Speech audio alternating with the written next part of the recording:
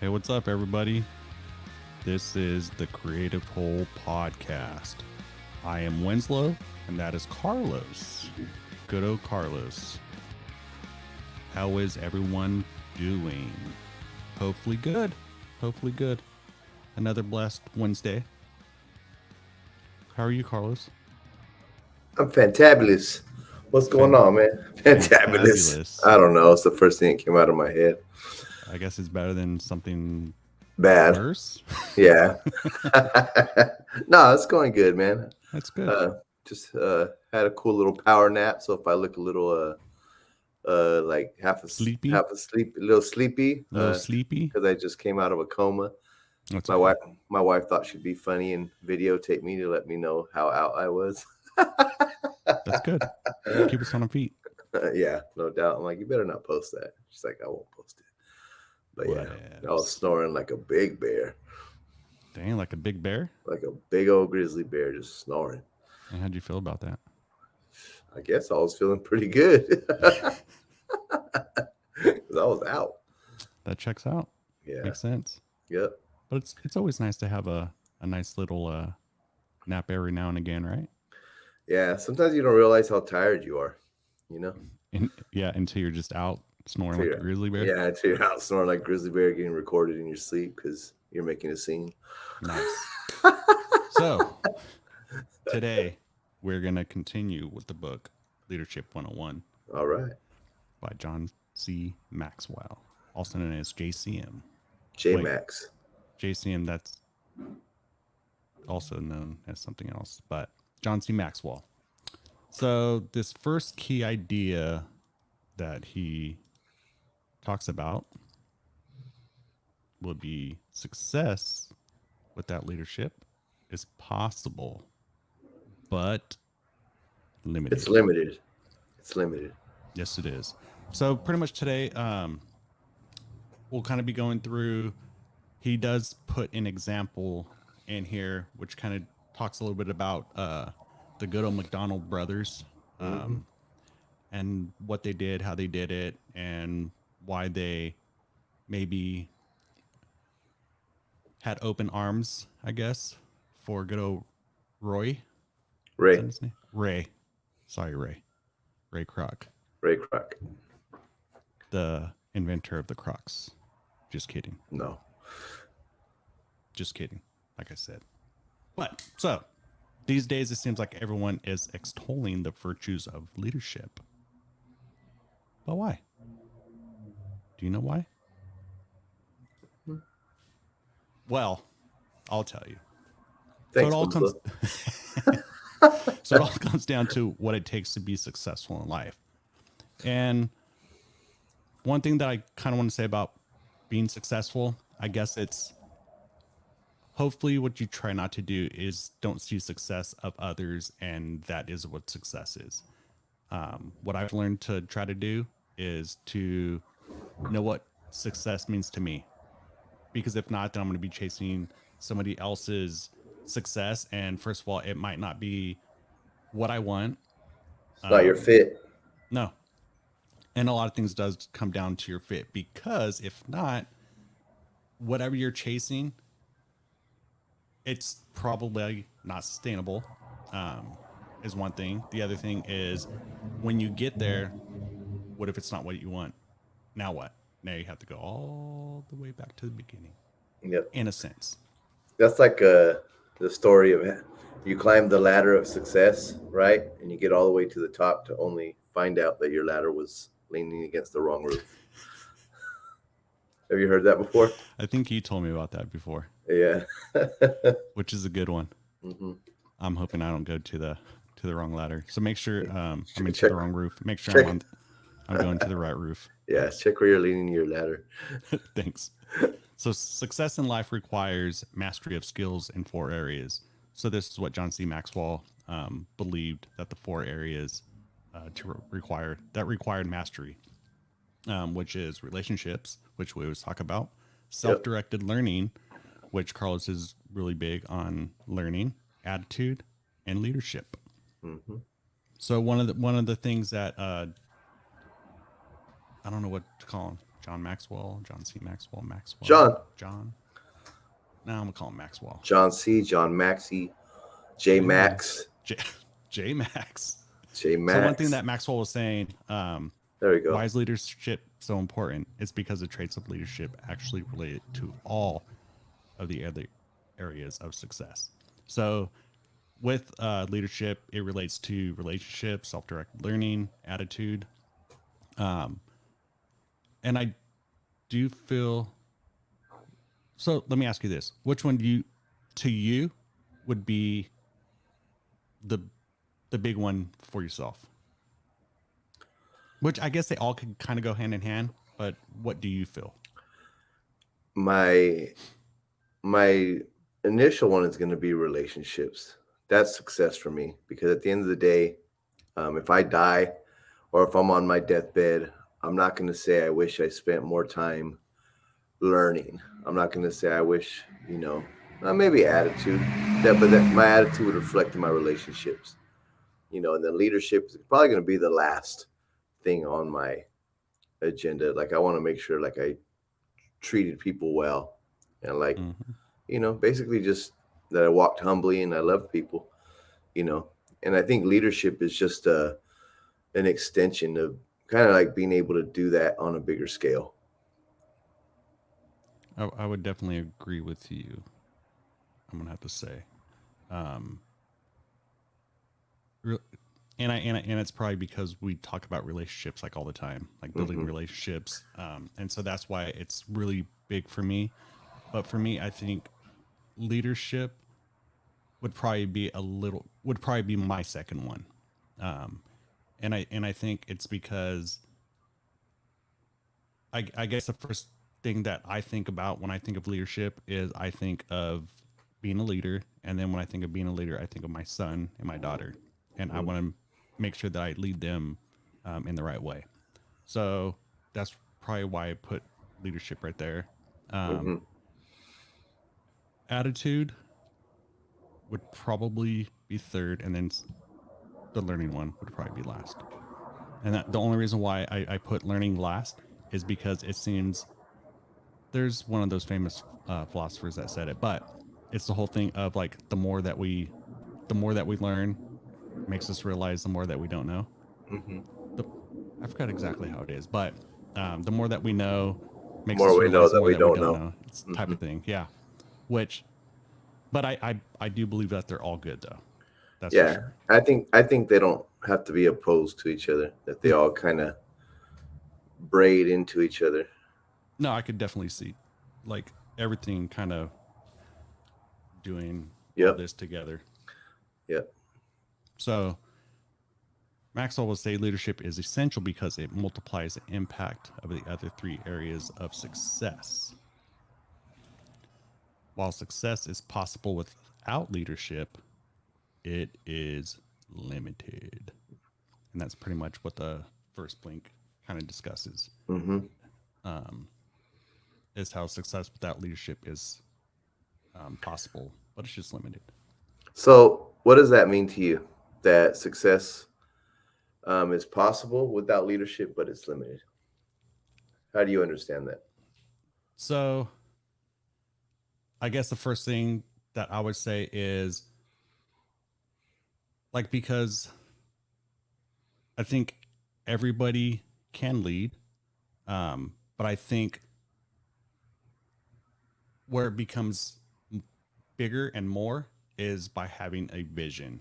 Um, because I mean, yeah, that's probably going to be like the biggest thing Hmm. is that you have like some vision of something bigger than what you see in front of you that you could Hmm. look ahead. Hmm. What about you? Mm, yeah, I mean, because going back to what your definition of success is, if your success is to like say, if my definition of success is to, introduce people to Jesus, why? Because I love him and I think he's, the greatest. Awesome possum. He's the greatest, and he gives my life meaning, purpose, all that. Um, he's everything to me. And so, of course, I want people to know. It's like, you see a good movie, you want to share. You run into you have a really good experience at a restaurant. What do? You talk about it. So I would want people to know Jesus, not to like shove religion down them, but so they could experience the things I've experienced. And I think you can do that on just a relational level. But if you were to ever want to get that message out in a variety of ways, it's going to take some of that leadership. like a It's bigger vision. that bigger vision, like you're talking about, and being able to not just have that vision, but know how to implement that vision. So yeah, so I guess that's the other part of it.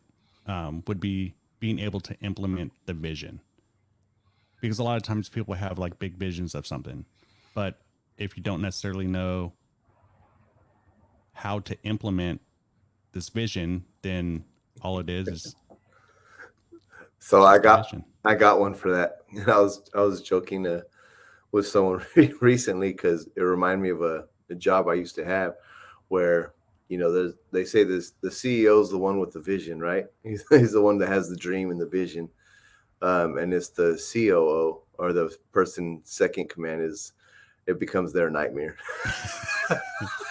Because the visionary usually is not detail oriented. They're like big vision, like they have this big old picture, this grand thing of what they want to see, and they're like excited and passionate about it. They get everyone bought in. They're like, "Go!" Now, And it's CEO, like, come here, now, implement this, hey, go. you make it happen. It's like, But that makes hey, sense, though. yeah, It does definitely. make sense. So, in short, getting leadership right can make or break success in other aspects of your life. Which I would like to say that I'd want to be successful in all aspects of my life. I mean, I don't know about you, but I would. So, one thing that Maxwell said was leaders prioritize, show discipline, cultivate trust, and align their vision and character with their values. And I definitely think those definitely go hand in hand, Hmm. to align their vision and character with their values. Because I think without values, I think it's kind of the same. Like without values, your vision is limited. Because if you're going off of somebody else's values, success, whatever the case may be, I think it's limited. I think that's what makes it personal, right? And I think that's what gets the investment in order to push it over that hump of maybe not wanting to do something, um, but you're doing it because of what you see others doing. But then once it gets to the very top, you're like, I'm not that Feel, invested into it. feeling it, yeah. Yeah. I think it goes back to like the Simon Sinek thing, like know your why. Because if you understand your why, that gives you the rationale for why you're doing what you're doing, and like embedded in that is your values, what you care about, what matters to you. And it's weird because like it's a simple question, but a hard journey. Like, know your why. Simple question. But in order to get to the knowing your why, like that could take you A long time. a very long time. Yeah, a lot of times it's a lot of reflection, you know going And through. Go you're ahead. going, no, you go.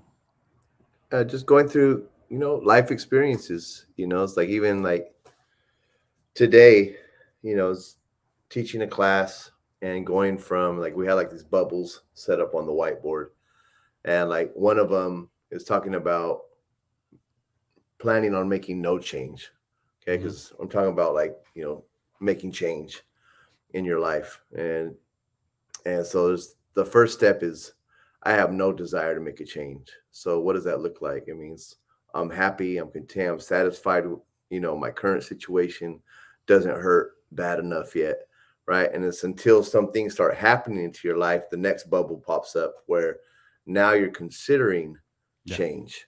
Right. It doesn't mean you made a decision to change, but now you're somewhat questioning your previous status. Okay. But that can take some time to get from point A to point B. And I think it's the same way. Was it Finding your why. thought bubbles? Yeah. They're thought bubbles. Nice. Thought bubbles are good.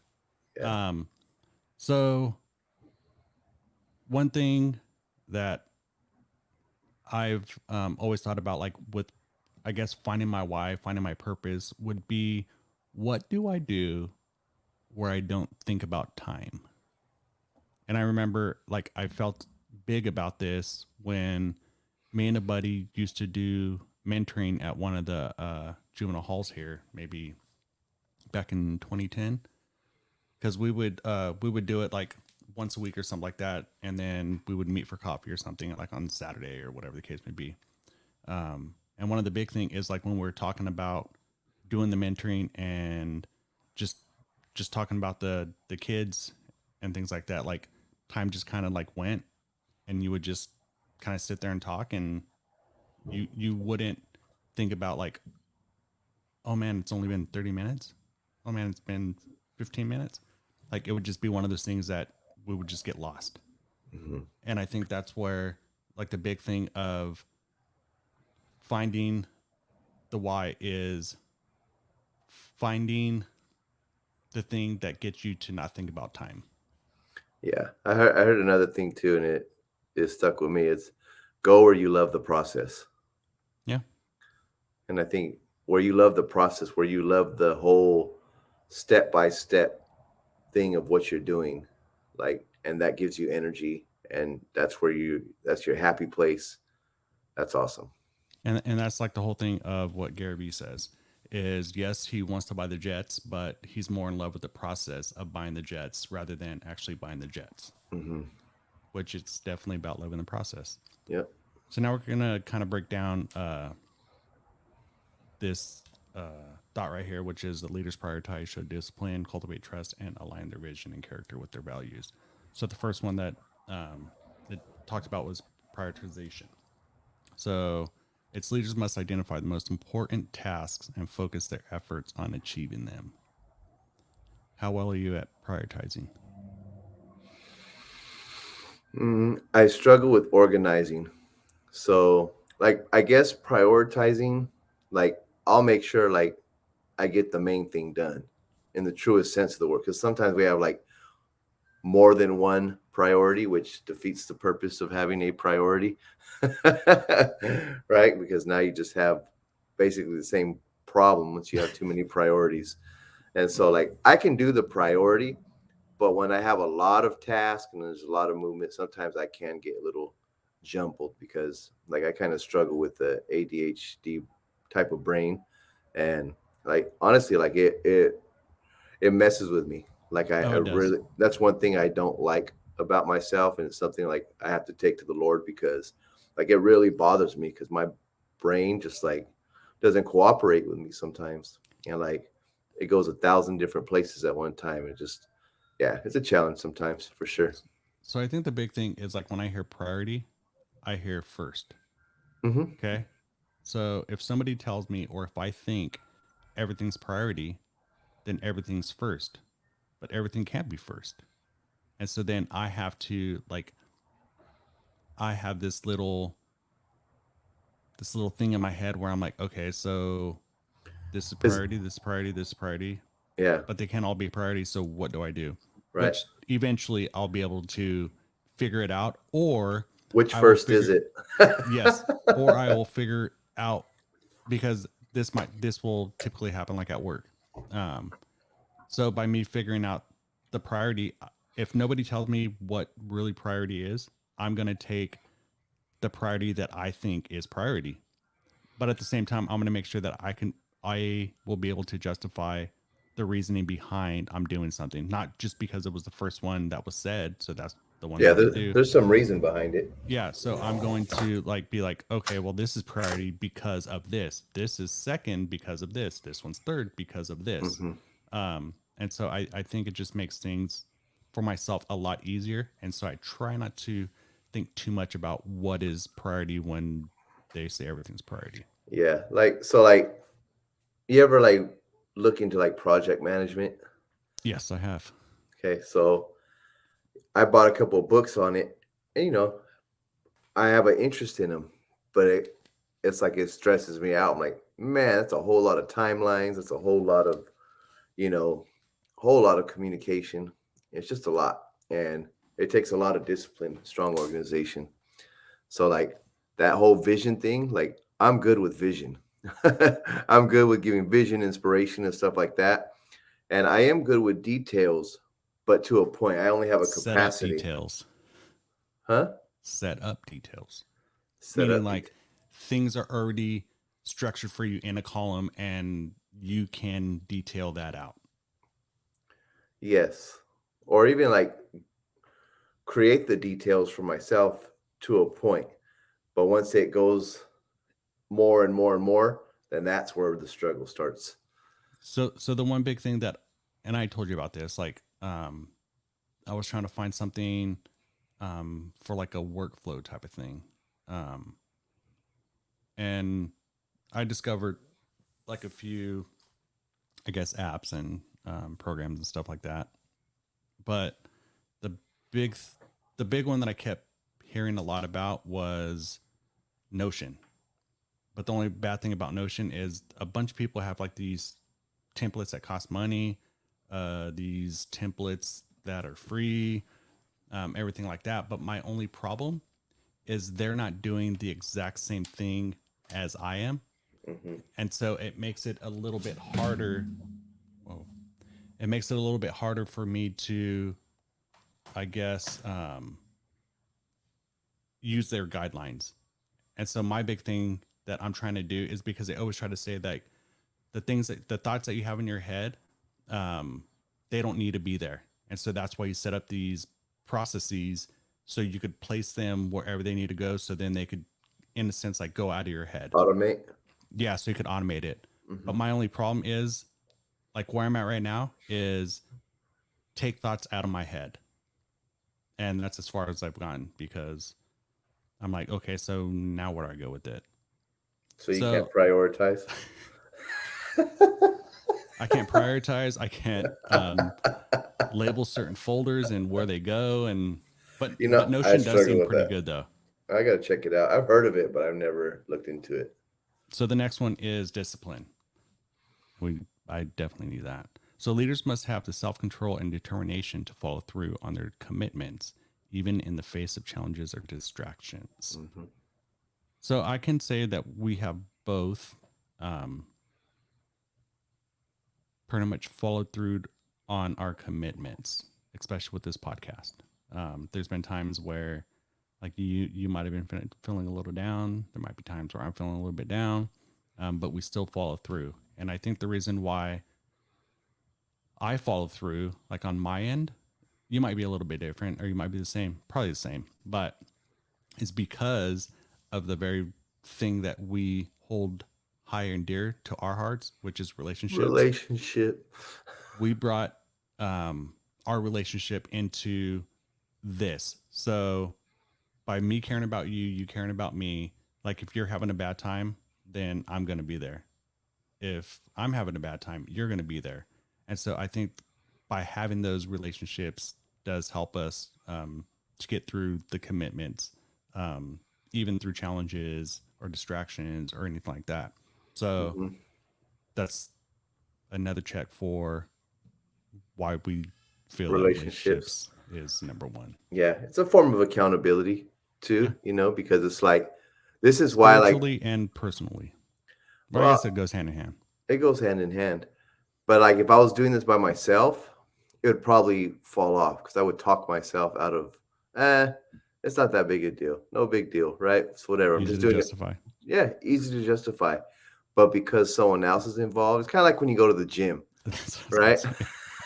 It's happened to me plenty of times. You try doing it by yourself. There's some people, man, no matter what, they'll be at that gym by themselves. Not me. You'll find me eating a peanut butter jelly sandwich somewhere, right? But if I made a commitment to Winslow, then it's like, all right, I'm going to show up. I may tell you, bro, I do not want to be here today, but I'm here because of you. Just hope you know that. Let's go, right? But we're still here, right? But we're still here doing it, right? And it's just because that's how it works. And discipline has nothing to do with your feelings. No. Discipline has to do with your values and the commitment you made, keeping your word even when it hurts. And that's why a big thing is to pretty much align the alignment of vision and character with the values. Yep. And this all kind of goes hand in hand, really, with what we were just talking about, trust building. So Yep. leaders must cultivate a culture of transparency, respect, and accountability to earn the trust and loyalty of their team. And this is a team of two and a leader of two. You know what I mean? Um, because I feel just in general, like there might be things I like, but I feel that you make up for it in your strengths. Um, I'm not going to speak And for vice yourself, versa. but Yeah. that's how I feel. And vice Um, versa. Yep. and it's good to have somebody that can keep you accountable in any situation, whether it be spiritual, whether it be like daily life, um, and to not get mad at them because, in a sense, they're calling you out on certain things. But I think that's where the respect comes in. I think that's where the relationship building from the very start comes in. Mm-hmm. That you can have like those uncomfortable conversations to um, bring out the you pretty much keeping them accountable, Mm-hmm. because I believe in anything you need to be able to keep somebody accountable. And I think by building that relationship, I think it does cultivate a culture of transparency and respect. Yeah. And I think like I'm like into this 5 levels of communication right now. Like I've been like talking about it probably the past 2 weeks, like in my groups and stuff. They're probably like getting tired of it, but I don't care. I like it. So Whatever. level one communication is cliche, right? And so this has to do with your level of vulnerability, level of trust as you communicate. So level one communication is cliche. That's basically like, how's the weather or whatever, like something that means absolutely nothing. Number two is sharing of facts. You're just talking about facts only. Number two, now you start sharing your opinion. Number three, now you start sharing your opinion. That's the third level of communication. The next one, you start sharing your feelings. Okay. Now you're getting more and more Uh oh. vulnerable. And the very last one is transparency, right? Or people will say you're keeping it real, keeping it 100, whatever. And Keep it it's like, hundo. it's where you're just putting it out there. You're saying exactly what it is. I trust you to, even if I'm letting something out raw, right? Obviously, I'm still gonna try to be mindful, but if I'm letting something out, just putting it out there, that you're gonna hear it with a certain set of ears because you know me, and I know that you know me, and I'm not gonna always having to be second guess everything I say, right? Or have to justify everything I say because you should know me, right? It doesn't mean I don't speak with respect, but you still, right? That's when you have that level of vulnerability, and that creates that Knowing the heart. transparency. Mm-hmm. And we've went over that like many of times in our co-working habitation cohabitancy, whatever that is. So next part is alignment of vision and character with values. Leaders must lead by example and ensure their actions align with their stated values and vision for the organization.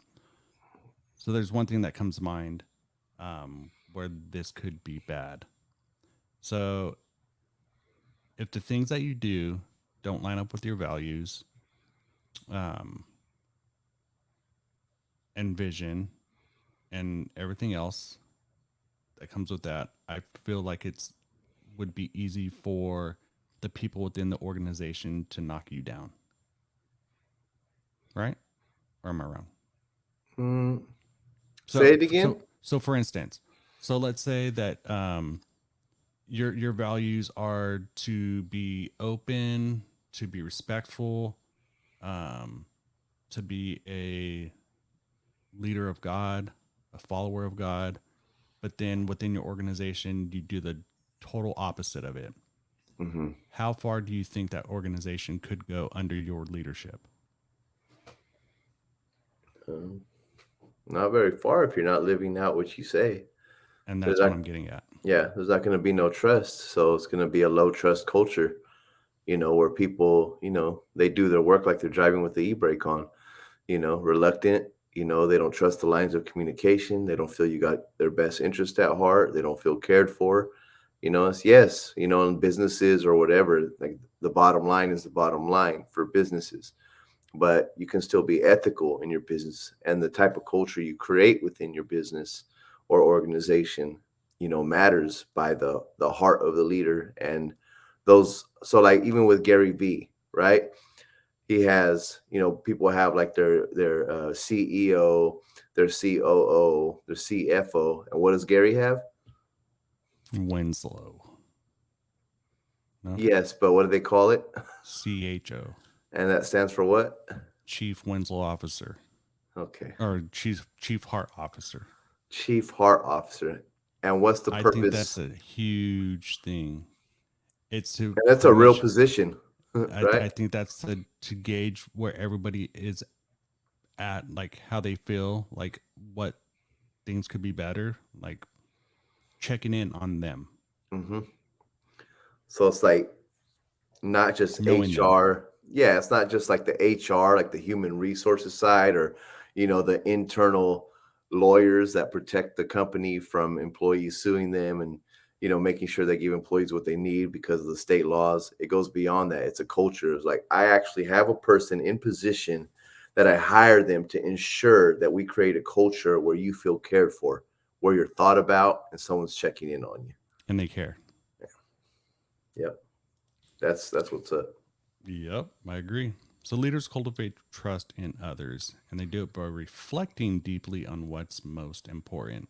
And I think that goes back to what you were saying um, earlier, hmm which it is great to pretty much reflect.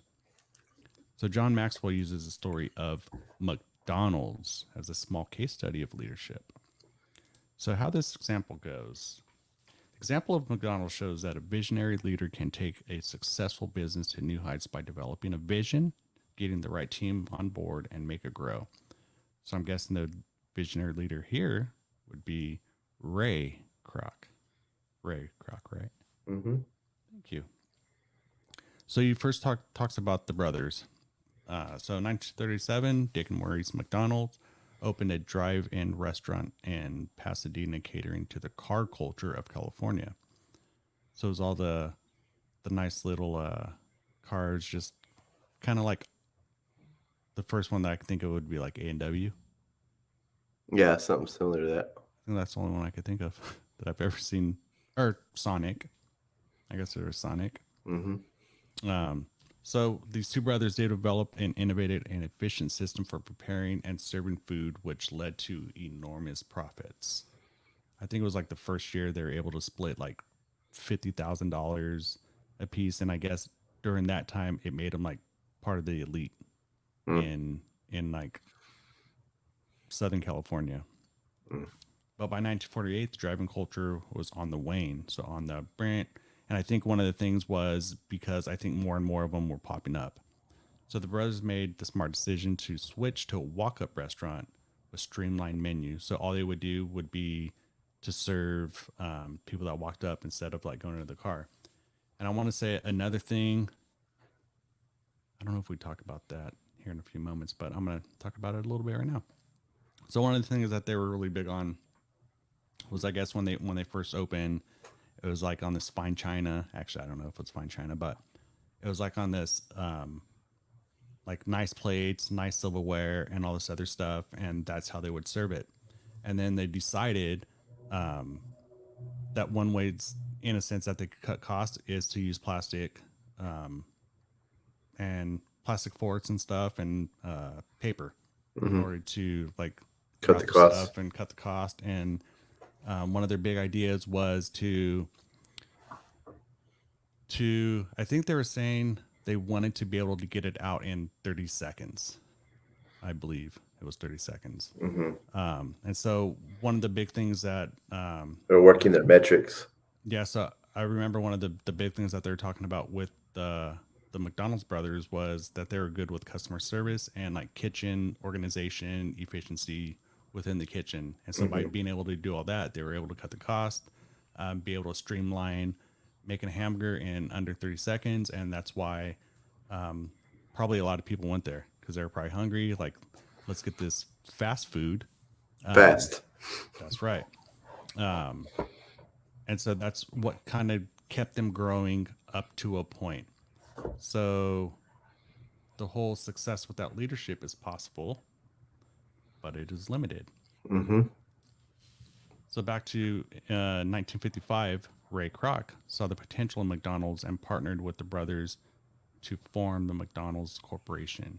And it's weird because I want to say that Ray Kroc was the, what was he, like a distributor of, I think like shake machines or something. yes, he was a distributor of shake machines. And I guess like he went in there, he saw, um, well, I'll go to this next one. So he saw that there was a vision for the company's growth potential and expanded the business through franchising. So I guess um, within with the Kroc brothers, they I think had a small vision of like, well, let's do franchising. We don't know too much about it, but let's do franchising because it's a way for us to hopefully get more franchise or more McDonald's out there, less work, and we don't have to do anything. Mm-hmm. But supposedly that they started with, I guess they did like 15 of them or something like that, and only like 10 actually like bought into it, but none of them really did anything, and it was because they didn't really necessarily know how to make the vision into a reality. And so then that's why they uh, got Ray Kroc, and especially since he saw the potential, he had a vision that they could be nationwide, and he kind of knew about franchising and everything I because he think, had that vision. yeah, I think that goes to like in knowing your leadership capacity, because sometimes we could talk about leadership in a very general way and like, well, a leader's a leader's a leader. Well, no, like there's capacities, right? Mm-hmm. So, like in the church world, the average church is about 75 people. Okay, 50 to 75 people is the average church. That's about the typical leadership capacity with the type of congregational system and, you know, government system that's set up with a lot of churches. They can do about 75 people. And then it's the rarer person who can climb beyond that. Their capacity is they're able to take on, 150, 200. Then you start, 300. then you get up to 300, 350, 400, 500, 1,000, and learning how to build a team that can help you make sure that you're still, having Doing what you need church, to do, doing what and you your need to do. vision is being met, Yeah. right? Yep. Because I think that's the big thing. Like, well, churches, businesses, you need to find the right people in order for that vision that you have in order for it to be met. Yeah. Because you can bottleneck. You know what I mean? Like, say, like if the leader is more concerned about him staying the leader, right? Then that's where a company, a church, or whatever will bottleneck. It'll stay stuck at that leader's capacity. But if that leader's heart is truly about um, following God or making this organ, they really believe in what they're doing and they believe it needs to spread, even if that means you got to step aside so someone else can do it, right? You help that process. You create the space for that person. You could still be on the team, but it's just knowing like, hey, you know what? I'm actually going to be a detriment if I don't get out the way. And that makes, I don't know if that, well, I guess maybe at that capacity, that would make them a great leader Yeah. Yeah. But it's by also being knowing. self aware. Yeah. You And I know, you think got self it. awareness is definitely It's key to a huge thing. leadership. So in 1961, Kroc bought the rights to McDonald's. I believe it was for like a little over $2 million and continued to expand the business, ultimately making it a worldwide phenomenon. So one thing that I remember it talking about in the book um, is how, well, I think we might get into it in a little bit. And if not, then I'll go into it again. Are you going to hit the real estate thing? The real estate thing. So, you know, I, they say like with Oh, McDonald's, no, that's not what I was going to say, but go on. well, like they say with McDonald's, so like you got to know what business you're in. And people think that McDonald's is in the fast food business, when in all actuality, they're in the real estate business. They buy land, they build the thing, and then they allow the person to, go into the franchise, and then they pay McDonald's. And that's how McDonald's basically secures the bag. And they have some of the most real estate ownership, I think, in America. Yeah, So, they're everywhere. yeah. They're everywhere. So that's So their real business. yeah, business real estate. So what were the strengths of the McDonald's brothers? So Dick and Maurice McDonald, it was innovation. They were able to recognize the potential of California's car culture and create a restaurant that catered to the market. So Mm-hmm. it's always about seeing the next step and making it. Mm-hmm. But also with this, I think it does involve vision, but I think it's at a smaller scale, Mm-hmm. right? Yep. So the other thing with the McDonald's brothers is efficiency. So they developed a highly efficient system for preparing and serving food that allowed them to serve a high volume of customers with minimal staff. And I think one of the big things was their idea was like, okay, well, we're going to have a single person doing a single thing rather than everybody, I don't know, somebody doing like a hamburger by Everything. itself, somebody doing a cheeseburger by itself, somebody doing this and somebody doing that. But the interesting thing that I remember hearing in the book is because I went on Scribed, but is like almost when they pivoted, they started selling like ribs and like all kinds of other things too, not just like hamburgers. And I don't even think they started selling nuggets, but they sold ribs McRibs. better than McRibs, homie. Well, it's Way better. McDonald's. How can it be? So they sold ribs that weren't McRibs? Who knows? Didn't go that far into it. Oh, Maybe I'll have to look into it. all right, all right. Now, what did Ray Kroc bring to the table? And this is what we kind of talked about a little bit ago. So Ray Kroc, he brought the visionary leadership. So Kroc had a vision for the potential of the McDonald's concept and was able to develop and communicate that vision to his team to achieve massive growth and success. So, So like I was yeah, the saying gift earlier, of gab. well, yeah, but what I was saying earlier is what makes it limited is the vision. So, risk taking. Kroc took a risk by buying the rights to McDonald's and investing in its growth despite initial skepticism from others. So, I think that kind of goes back to maybe the Kroc brothers, the Kroc brothers, the McDonald's brothers trying to do it on their own, but it kind of failed. And another thing that he was even talking about is that he even purchased one himself, a McDonald's franchise, so he could run it the way he wanted to run it to kind of build the idea of the franchise. So when they see like, oh well, what does a franchise look like? He's like, oh well, this is The what it is right prototype. here. Yeah, this is the prototype, and this is what you guys can do. And so that's why they went from hardly anything to like 100 to like 500. Plug and play. And I think it was pretty much, I don't know, within like 4 to 6 years or something. If I remember correctly, it was pretty quick where they went from like 100 to 500. So the other thing that Ray Kroc brought was strategic thinking. Kroc recognized the value of franchising as a way to expand the business and partnered with the McDonald's brothers to create the McDonald's Corporation. Good old McDonald's Corporation. Their fries. Ray Kroc must have knew something about those fries. They last forever, Mm-hmm. but they're good. So let's look at some other principles.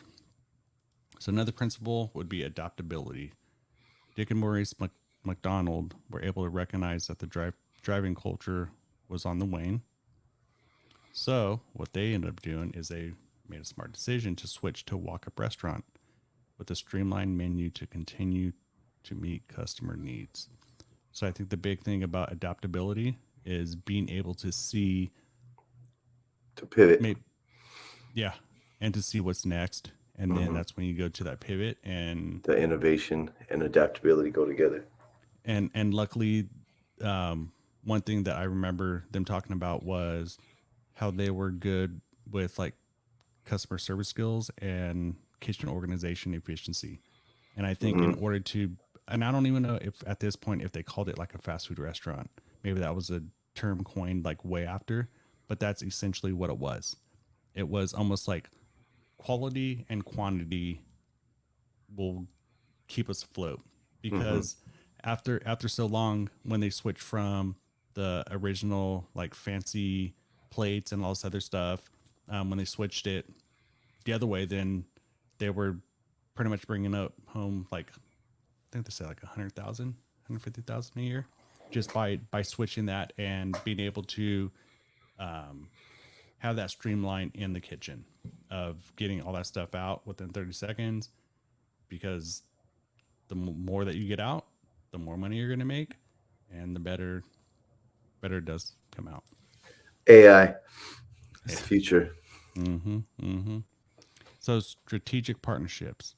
Ray Kroc saw the potential in the McDonald's concept and formed a partnership with the brothers to create the McDonald's Corporation. Yep. Mm-hmm. Sometimes you got to pair up with the right people. Smart man. So visionary leadership. Ray Kroc had a vision for the company's growth potential and was able to develop and communicate that vision to his team to achieve success. So we kind of touched on that already. Yes, we kind of did.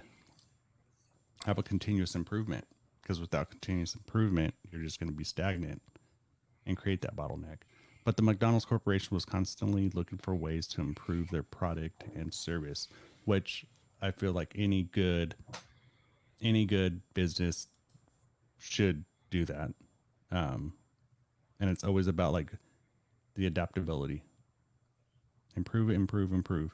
So this is kind of what you were talking about a little bit ago. So today, McDonald's is one of the largest owners of real estate in the world, owning an estimated $40 billion worth of property. So like Carlos was saying a little bit ago, it's all about, it's not about the fast food business. It's about real estate business. And I think it's very smart. Got him. Yeah. You because when you first think of it, you would think it is about like a fast food chain. Because that's what it appears Yeah. to be about. But little do we know, had the vision. Yep. And like, hey, let's make it more about the real estate. Yeah, the hamburger stand's just the front, Yeah. And it seems to be working for them. Yeah, it does. So we're going to be kind of talking about what we're going to be discussing next week. So next week, we'll cover the next key idea number 2, which is leadership is a journey that never ends. And I think with that, it comes down to the process just in general, or the process of becoming a better leader. Because if you enjoy that, it's going to continue to go, but you're going to be okay with it never ending because you enjoy the process. Yep. Right? Yep. Perfect. That's what I think. You know what I'm saying? I do. So I hope you guys got some good stuff out of this. And also within the probably next few weeks, we'll be going over a couple other key blinks, which would be the first person you lead is you, which that should be a good one. Trust is the foundation of leadership and it's the most precious asset, which I definitely believe in that, especially with the, trust is the foundation of leadership. And the last one would be successful leadership is measured in influence. So like I said, hope you guys got something out of it. If you did, like and subscribe. And just remember that we are so appreciative of you guys checking us out, whether it's during the live time, whether it's after the live time. Just know that we love you for, even if you check it out for a minute, and spending a little bit of time with us. Because like we said before, we're really big on community, and we just want to have a community of like-minded thinkers, even if we're not like-minded thinkers, just thinkers. Just the whole thing of, we like to call it, Carlos, the conversation, the uncomfortable conversation. I don't know. I'm going blank. I don't know. Man. But we like to, My bad. We like to bring out like all conversation. Hopefully it's respectful, everything like that. But everybody's allowed to have their own opinion, and we just want to hear from you guys and see what you think on maybe what we discussed today, maybe on some of the things that we're going to be talking about. Maybe you could let us know what some of the books that you might want us to go through, maybe some topics that you want us to go through. But with that also being said, thank you for joining us on another episode of the Creative Whole Podcast. Yes, sir. That is Carlos. This is Winslow, and we are Out skis. Peace. Peace. Have a good night. God bless.